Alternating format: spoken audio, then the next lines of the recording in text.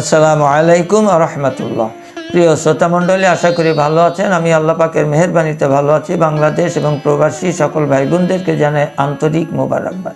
যে সমস্ত ভাইদের উত্থানজনিত সমস্যা, লিঙ্গ উত্থান হয় না, হলেও স্ত্রী সেকেন্ডের মধ্যে নেতিয়ে পড়ে, বীর্য অতীব পাতলা, স্ত্রী আর হামেশা আপনার উপরে বিরক্ত, আপনি স্ত্রীর কাছে অতীব লজ্জিত, আপনি হস্তমৈথুন করে বিভিন্ন আজে বাজে জায়গায় গমন করে ধ্বজভঙ্গের রূপ নিয়েছেন, তাদের জন্য অত্যন্ত গুরুত্বপূর্ণ ভিডিওর মাধ্যমে আলোচনা করব ইনশাল্লাহ।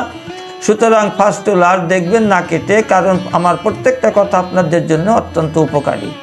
এবং আরেকটি কথা না বললেই নয়, যারা এখন আমার চ্যানেল সাবস্ক্রাইব করেন নাই, সাবস্ক্রাইব করে আমার পাশে থাকুন, যাতে করে অত্যন্ত গুরুত্বপূর্ণ ভিডিও নিয়ে আপনাদের সামনে উপস্থিত হতে পারি। এবং আজকে আপনাদেরকে একটা রেমেডি দিব, অত্যন্ত পাওয়ারফুল, ন্যাচারাল, পার্শ্ব প্রতিক্রিয়া মুক্ত, শতভাগ নিরাপদ ইনশাল্লাহ।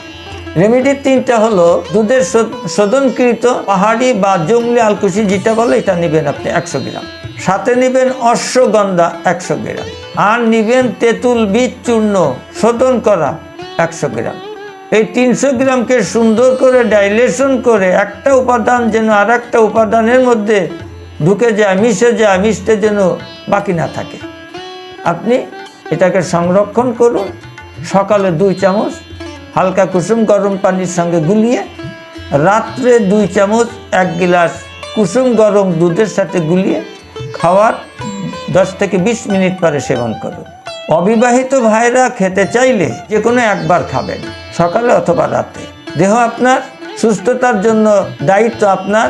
অ্যালকোহল জাতীয় খাবার, কীটনাশক, কেমিক্যাল যুক্ত খাবার এড়িয়ে চলা যায়, ততই আপনার মঙ্গল, আপনার শরীর সুস্থ থাকবে ইনশাল্লাহ। সুতরাং আসুন, সুস্থতার জন্য আল্লাহর সাহায্য প্রার্থনা করি। আল্লাহ সেই তৌফিক যেন আমাদের সকলকে দান করে, আমিন। আজকে এখানেই শেষ করছি। আসসালামু আলাইকুম ওয়া রাহমাতুল্লাহ।